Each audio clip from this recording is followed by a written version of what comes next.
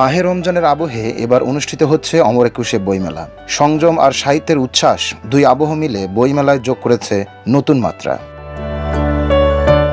রোজার মাসে প্রতিদিনের কেনাবেচা আর সাহিত্য আড্ডার পাশাপাশি মেলা জুড়ে দেখা যাচ্ছে ইফতারের আয়োজন।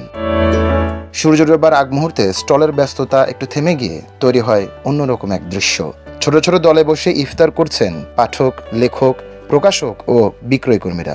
লেখক আর পাঠকের মিলন মেলা এবার পেয়েছে ভিন্ন এক মাত্রা।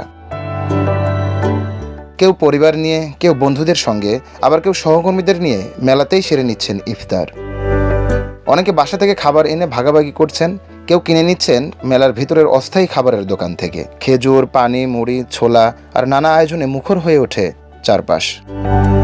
ইফতারের সময়টাই তৈরি হয় এক সৌহার্দ্যপূর্ণ পরিবেশ। অনেক অপরিচিত মানুষও পাশাপাশি বসে ইফতার ভাগ করে নিচ্ছেন। বইমেলা তখন আর শুধু কেনাবেচার জায়গা নয়, পরিণত হয় সম্প্রীতির মিলন মেলায়। পাঠকেরা বলছেন, রমজানের আবহে বইমেলার এই অভিজ্ঞতা আলাদা আনন্দ দেয়। প্রকাশকদের মতে, রমজানের কারণে উপস্থিতি কিছুটা কম হলেও ইফতারের মুহূর্ত মেলাকে এনে দেয় নতুন প্রাণ। সংযমের মাসে সাহিত্যের এই আয়োজন তাই শুধু বইয়ের উৎসব নয়, এ যেন বন্ধন, সৌহার্দ্য আর সংস্কৃতির এক অনন্য সমাবেশ। সাজিদুল সজীব, সোনালী নিউজ।